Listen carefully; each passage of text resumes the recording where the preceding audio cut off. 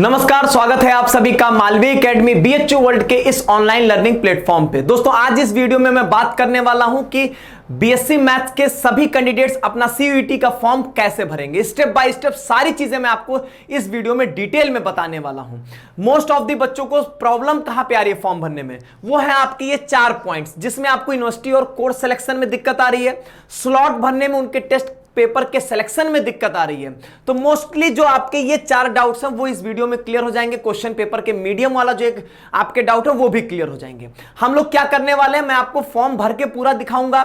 Even आपको जो काम खुद से करना है वो भी मैं आपको यहां पे करके दे दूंगा। आपको किस किस यूनिवर्सिटी के किस किस कोर्स में अप्लाई करना है उसका पूरा आपको एक पीडीएफ मिल जाएगा। आराम से आप उस पीडीएफ को देख के भर सकते हैं। मैं आपको इस वीडियो में क्या करने वाला हूं कि मैं आपको जो बेसिक उसमें स्टेप्स होते हैं जिसमें आपको रजिस्ट्रेशन करना, एप्लीकेशन फॉर्म कैसे भरेंगे, वो सब मैं इस वीडियो में डिस्कस करूंगा। मैं सीधे आपके यूनिवर्सिटी और कोर्स सिलेक्शन से आगे के स्टेप को डिस्कस करूंगा। मैं ये जानता हूं कि मोस्ट ऑफ द बच्चे एप्लीकेशन फॉर्म भरने में उनको कोई दिक्कत नहीं है, वो अपने बेसिक डिटेल्स खुद से दे सकते हैं। और अगर आप उसमें भी आपको दिक्कत है तो उसके लिए ऑलरेडी एक वीडियो चैनल पर जा चुका है, जिसका लिंक डिस्क्रिप्शन बॉक्स में आपको मिल जाएगा। वहां से उन स्टेप्स को फॉलो कर लीजिएगा। हम लोग कहां से अपने स्टेप को आगे बढ़ाने वाले हैं वो मैं आपको दिखा देता हूं। यहां से जहां से हम लोग एप्लीकेशन फॉर्म में यूनिवर्सिटी और प्रोग्राम का सिलेक्शन करेंगे। आपको क्या करना है, आपको यहां पे ये कह रहा है कि आप किस यूनिवर्सिटी के किस किस कोर्स में अप्लाई करना चाहते हो, यहां से आप अप्लाई कर सकते हैं। अब यहां पर कोई भी लिमिटेशन नहीं है नंबर ऑफ यूनिवर्सिटी के और नंबर ऑफ प्रोग्राम के सिलेक्शन में। ठीक, इस वीडियो में हम लोग उन बच्चों की बात कर रहे हैं जो कि क्लास 12th में मैथ्स बैकग्राउंड के स्टूडेंट हैं और आगे बीएससी ऑप्ट करना चाहते हैं। इस बात को ध्यान दीजिएगा, जो बच्चे बीएससी करना चाहते हैं उनके लिए ये वीडियो बनाई गई है। ठीक है, अब देखिए, सबसे पहला काम है हमारा कि हमको मैक्सिमम यूनिवर्सिटी के मैक्सिमम प्रोग्राम को भरना है यहां पे। तो सर, यही तो मेन प्रॉब्लम है, किस किस यूनिवर्सिटी में हम कौन कौन से प्रोग्राम को ले सकते हैं, इसी चीज की तो हमको जानकारी नहीं है। इसके लिए आपके लिए एक सटीक मैंने होमवर्क करके एक पीडीएफ मैंने आपके लिए बना दिया है। इस पीडीएफ के थ्रू आप कंप्लीट अपनी पूरी यहां पे पूरी डिटेल्स ले सकते हो और आपको कुछ नहीं करना है। इस पीडीएफ को अपने सामने रखिए, यूनिवर्सिटी को देखिए, यूनिवर्सिटी के प्रोग्राम को देखिए, भरते चले जाइए। मैं आपको भरना भी एक बार दिखा दूंगा कैसे भरना है, लेकिन अब सबसे पहले इस पीडीएफ को मैं समझाना चाहता हूं। यह पीडीएफ कैसे बनाया गया, इसमें क्या चीजें बताई गई हैं। देखिए, एक बार सबसे पहले आप अपने फॉर्म को देखिए। फॉर्म में क्या करना है, यूनिवर्सिटी का नाम सेलेक्ट करना है और फिर प्रोग्राम सेलेक्ट करना है, यही काम करना है। सेम काम यहां पर आपको करके दिया गया है। यह है यूनिवर्सिटी का नाम और यूनिवर्सिटी के नाम के आगे उसका कोर्स का नाम दिया गया है। कौन से प्रोग्राम को आप सेलेक्ट करेंगे, ये जितने भी प्रोग्राम्स हैं, सभी प्रोग्राम्स में मैथ्स बैकग्राउंड के अगर आप स्टूडेंट हैं तो आप एलिजिबल हैं। एलिजिबिलिटी की कोई चिंता आपको नहीं करनी है। इसमें क्या पूछा जाएगा, पूछा मैंने मोस्ट ऑफ दी ऐसे कोर्सेज रखे हैं जिसमें या तो पीसीएम पूछ रहा होगा या तो पीसीएम के साथ एक लैंग्वेज पूछ रहा होगा, बस इतनी ही है। तो टेस्ट पेपर के सिलेक्शन वाली बात भी मैं आपको समझा दूंगा। और कुछ कुछ ऐसी यूनिवर्सिटीज है जहां पर जनरल टेस्ट या कुछ अदर चीजें पूछ रहा है वो मैंने यहां पर अलग से मार्क करके आपके लिए रख दिया है। वो आप चाहो तो ऐड कर सकते हो, नहीं चाहो तो आप ऐड ना करो। ठीक है, जैसे इस तरीके से देखिए, जहां जहां पर इस तरीके से येलो कलर से रंग दिया गया है, इसका मतलब है कि यहां पर आपके पीसीएम विथ लैंग्वेज के अलावा भी चीजें पूछी जा रही हैं। क्या पूछा जा रहा है वो मैं अभी बताऊंगा आपको, पूरा पीडीएफ में आपसे डिस्कस करता हूं। लेकिन पहले इस पीडीएफ को समझ लीजिए, फिर आपको फॉर्म भरने में आसानी होगी। मैं ये भी समझाऊंगा आपको कि आप कैसे, जो जहां पर ये जो येलो कलर्ड है, ऐसा नहीं कि इनको नहीं भरना, आप इनको भी भरिए। मैं बताता हूं कैसे आपको उसका बेनिफिट मिल सकता है। सबसे पहली चीज इसमें मैं बेसिक आइडिया इसका समझाता हूं। आप यूनिवर्सिटी देखोगे, जैसे सबसे पहले मान लीजिए मैंने लिया बीएचयू। अब बीएचयू में कौन कौन से कोर्सेज हैं, BSc honours maths group, BTech in dairy technology, BSc honours agriculture, BTech in food technology. ये 4 कोर्सेज हैं जो कि आप मैथ्स बैकग्राउंड के हो तो बीएचयू में अप्लाई आप कर सकते हैं। अब यहां पर ये समझने वाली बात है कि बीएससी ऑनर्स मैथ्स ग्रुप के अंदर ही यहां पर फिजिक्स केमिस्ट्री ऑनर्स, चाहे वो जियोलॉजी ऑनर्स हो, चाहे वो आपका कंप्यूटर साइंस स्टैटिस्टिक्स ऑनर्स, सब इसी के अंदर इंक्लूडेड होता है। दिल्ली यूनिवर्सिटी में पैटर्न चेंज है, वहां पर हर एक ऑनर्स के नाम से उनका प्रोग्राम ही बना हुआ है। तो इस चीज को समझिएगा, किसी यूनिवर्सिटी को किसी दूसरे यूनिवर्सिटी के साथ मर्ज मत करिएगा। हर एक अपनी यूनिवर्सिटी का अपना एक पैटर्न है, उसको आपको समझना पड़ेगा। तो आप क्या सेलेक्ट करोगे अपने फॉर्म में, बनारस हिंदू यूनिवर्सिटी की ये 4 प्रोग्राम को सेलेक्ट कर लेंगे। मैं करके दिखा देता हूं, बनारस हिंदू यूनिवर्सिटी का दिखाऊंगा बस, बाकी मैं आपको सिर्फ समझाऊंगा, करेंगे आप लोग अपना यहां पे। अब देखिए आपको क्या करना है, यहाँ पे बनारस हिंदू यूनिवर्सिटी आपने सेलेक्ट किया, इसमें इनके सारे प्रोग्राम्स आ जाएंगे। सबसे पहले मैथ्स ग्रुप ऐड करना है, मैंने यहाँ पे मैथ्स ग्रुप को ऐड कर दिया। दूसरा क्या बोला है मैंने वहां पे पीडीएफ में देखिएगा, तो वहां पे मैंने बोला बीटेक इन डेयरी टेक्नोलॉजी आप कर सकते हो, ये मैंने ऐड कर दिया। यहाँ पे बीटेक इन फूड टेक्नोलॉजी है, मैंने यहाँ पे इसको ऐड कर दिया। फिर यहाँ पे बीएससी ऑनर्स एग्रीकल्चर, मैंने इसको ऐड कर दिया। ठीक है, अच्छा वो ऑलरेडी आपका एडेड था यहाँ पे, ठीक, तो इसलिए उसको नहीं ऐड किया। तो इस तरीके से आपके यहाँ पे आपको 4 प्रोग्राम्स यहाँ पे बीएचयू के सेलेक्ट कर सकते थे, एलिजिबल थे। फिजिक्स केमिस्ट्री मैथ्स ही पूछा जाएगा, इसीलिए यहां पे आपने ऐड कर लिया। एक चीज और भी, आप खुद से भी थोड़ा सिंसियर अगर आप बनना चाहोगे तो यहां पर जो कोर्स आप ऐड करेंगे तुरंत यहां पर वो लिख देता है कि आपको पेपर में देना क्या है। तो चाहिए तो आप इसको पढ़ लीजिए, अगर आप नहीं चाहते हैं पढ़ना तो हमने ऑलरेडी इस पे एक वीडियो दिया हुआ है जिसमें हमने डिस्कस किया है कि बीएससी मैथ का कोर्स किस किस यूनिवर्सिटी में चलता है, वहां का एग्जाम पैटर्न, एलिजिबिलिटी क्राइटेरिया क्या है, वो ऑलरेडी एक वीडियो में डिस्कस किया गया, उसका भी लिंक आपको डिस्क्रिप्शन बॉक्स में मिल जाएगा।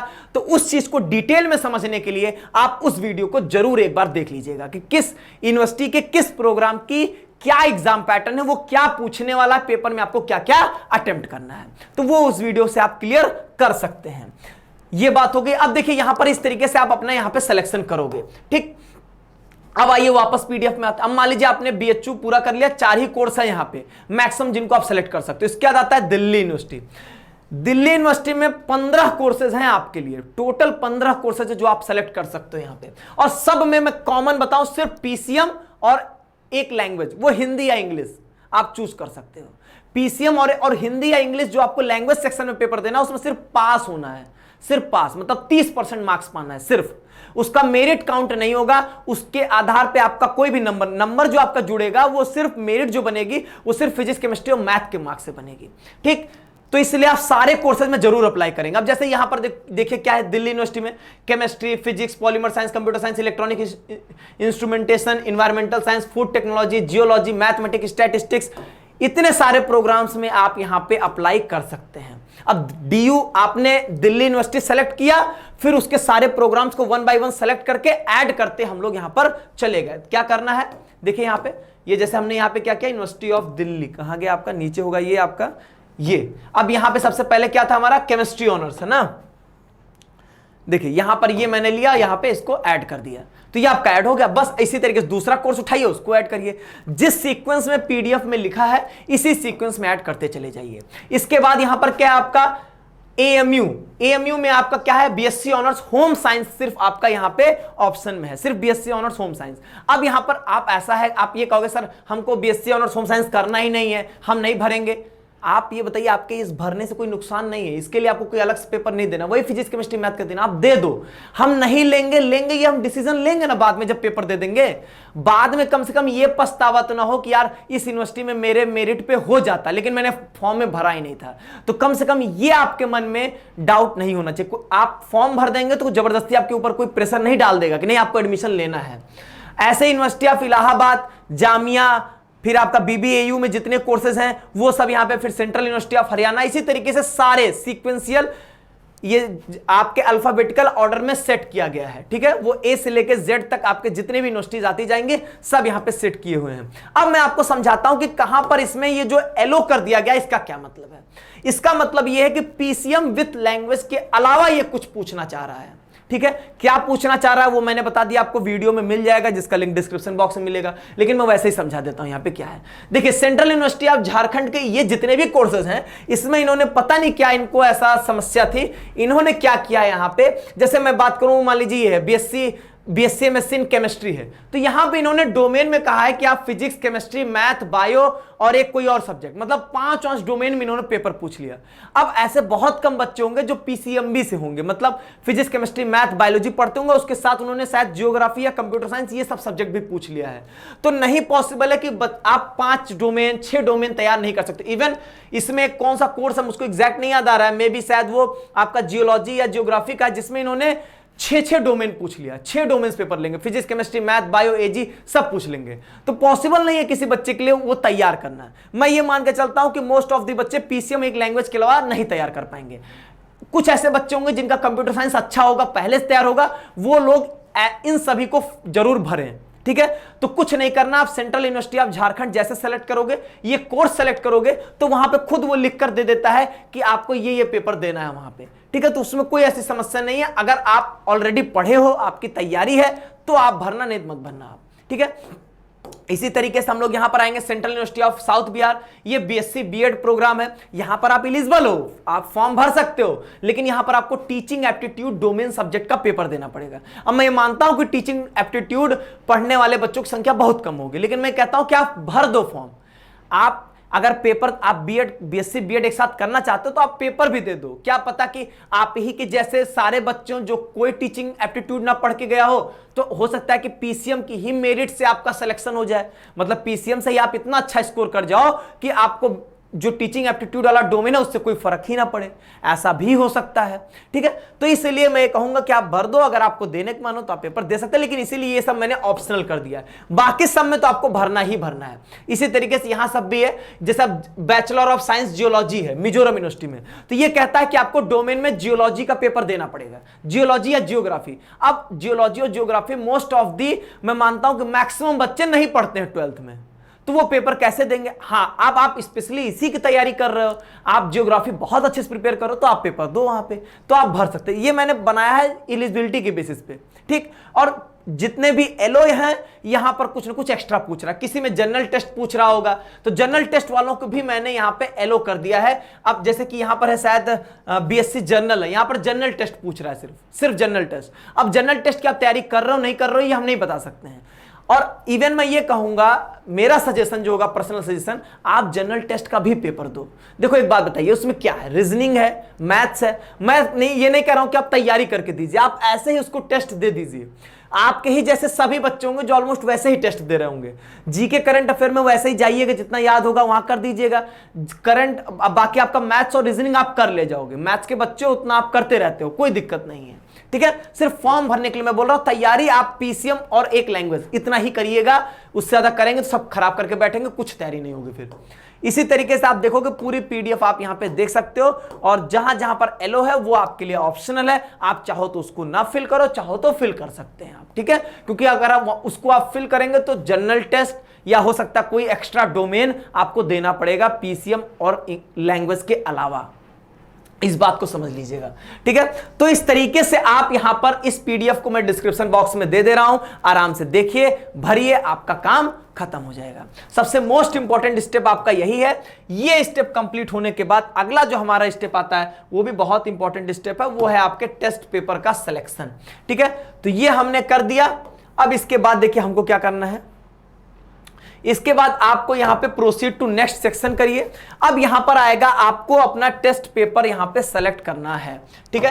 टेस्ट पेपर सेलेक्ट करना, ये ऑलरेडी भरा हुआ है, मैं इसको भी अपडेट करके आपको यहां पे समझा देता हूं, ठीक है। देखिए आप टेस्ट पेपर सिलेक्शन में आपके पास 2 स्लॉट हैं, स्लॉट 1 एंड स्लॉट 2। क्या भरें सर, किसमें कौन सा पेपर दें, पहले ये डिसाइड कर लीजिए आपको क्या क्या भरना है। आपको पीसीएम और एक लैंग्वेज तो सबके भरना ही भरना है, ये तो मतलब मोस्ट कंपलसरी है। पीसीएम एक लैंग्वेज के अलावा आपको क्या कोई और डोमेन देना है, क्या आपको जनरल टेस्ट देना है, ये पहले आपको डिसाइड करना पड़ेगा। क्यों? अगर ये आप डिसाइड करके रखेंगे तभी आप भर पाएंगे। देखिए सबसे पहले स्लॉट में एक लैंग्वेज, 2 डोमेन और एक जनरल टेस्ट ले सकते हैं, ठीक। अब मान लीजिए ऐसा है कि मुझको 3 डोमेन और एक लैंग्वेज लेना है, तो कोई जरूरी नहीं कि आप स्लॉट 1 भरो, स्लॉट 1 भरो ही मत, आप सीधे स्लॉट 2 में आइए। स्लॉट 2 में मैंने यहां पर एक ले लिया लैंग्वेज, और मैंने यहां पे देखिए ले लिया 3 डोमेन, आपके लिए ही भरा है, फिजिक्स, केमिस्ट्री, मैथ्स और हिंदी, ये हो गया। अब मान लीजिए मुझको चौथा डोमेन भी लेना है, ठीक है। जैसे कि मान लीजिए हो गया कि नहीं मैं तो बीएससी बीएड करूंगा तो मैं टीचिंग एप्टीट्यूड का पेपर दूंगा, या ऐसा होगा कि नहीं मैं कंप्यूटर साइंस दूंगा, क्योंकि कई सारे कंप्यूटर साइंस के ऐसे प्रोग्राम्स हैं जहां पर कंप्यूटर साइंस में आपको पेपर देना पड़ जाएगा। कहीं कहीं कंप्यूटर साइंस और मैथ्स में ऑप्शन दे दिया, तो मैथ्स करिए तो कंप्यूटर साइंस करिए, तो वो चीजें आपको कहां से पता चलेंगी वो मैंने पहले ही बता दिया है। फिलहाल यहां पर अगर आपको मान लीजिए कोई सब्जेक्ट सेलेक्ट करना हो चौथा, तो यहां से आप आराम से वो सेलेक्ट कर सकते हैं। जैसे कि मान लीजिए यहां पर आ गया टीचिंग एप्टीट्यूड, सेलेक्ट कर लिया आपने, तो 4 डोमेन और एक लैंग्वेज यहां से आप सेलेक्ट कर सकते हो। लैंग्वेज में एक से ज्यादा लेने की आवश्यकता ही नहीं पड़ेगी, एक लैंग्वेज से ही आपका काम चल जाएगा। तो 4 डोमेन आप सेकंड स्लॉट में 4 डोमेन अगर एक लैंग्वेज लेना चाहते हो तो ले सकते हैं। बाकी 3 डोमेन एक लैंग्वेज लेना तब भी आप ले सकते हैं। सिर्फ 3 डोमेन लेना, जो कि गलती मत करिएगा, वो भी आप यहां में ही भर सकते हैं। अब पहले स्लॉट में कब जरूरत पड़ेगी सर? पहले स्लॉट में जरूरत तब पड़ेगी जब आप 4 से ज्यादा डोमेन्स लेंगे, पहली बात। दूसरी बात, अगर आपको जनरल टेस्ट अटेम्प्ट करना है, जैसा कि मैंने बोला कई जगहों पर जनरल टेस्ट मांग रहा है, जो कि एलो है ना, वहां पर कहीं ना कहीं जनरल टेस्ट है, वो आप क्लियर कर सकते हो 2 तरीके से। या तो वेबसाइट में वो यूनिवर्सिटी ऐड, वो प्रोग्राम ऐड करोगे तो खुद शो कर देगा, या तो आप हमारी वीडियो देख लीजिए, ठीक है, दोनों तरीके से।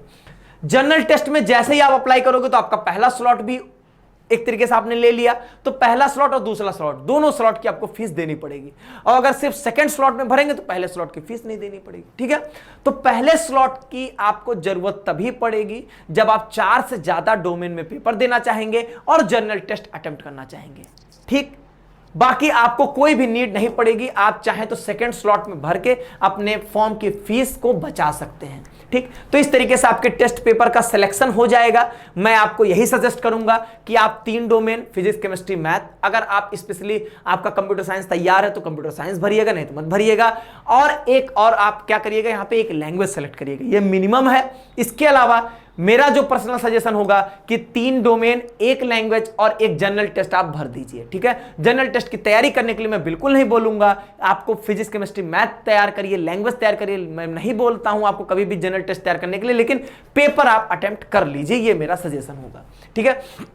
अब यहां से इसको कर दीजिए आप सेव करने के बाद आपके सामने यहां पे ये पूरा लिस्ट दिखा देगा, कौन कौन सी यूनिवर्सिटी सेलेक्ट किया है आपने, प्लस यहां पे आपने टेस्ट पेपर सेलेक्ट किया। बस इसके बाद आपने प्रोसीड टू नेक्स्ट सेक्शन में चले जाएंगे। अब यहां पर है आपका ये आपके सेंटर का प्रेफरेंस है, वो भी आप कर लेना। यहां पे सेंटर का प्रेफरेंस में कोई दिक्कत नहीं है। फिर यहां पे आपको डॉक्यूमेंट्स अपलोड करने हैं, जिसमें आपको अपना सिग्नेचर, फोटोग्राफ और कैटेगरी सर्टिफिकेट सेलेक्ट करना है। तो ये सब चीजें आप लोग खुद से करेंगे, इसके बारे में ऑलरेडी वीडियो में बताया जा चुका है। और कैटेगरी सर्टिफिकेट से रिलेटेड भी मैं यहां पर आपको डॉक्यूमेंट से रिलेटेड एक बात बोलूंगा, फोटो और सिग्नेचर सभी लोग दे देंगे, कोई बात नहीं है। कैटेगरी सर्टिफिकेट में किसको देना है? ईडब्ल्यूएस, ओबीसी, एससी, एसटी को।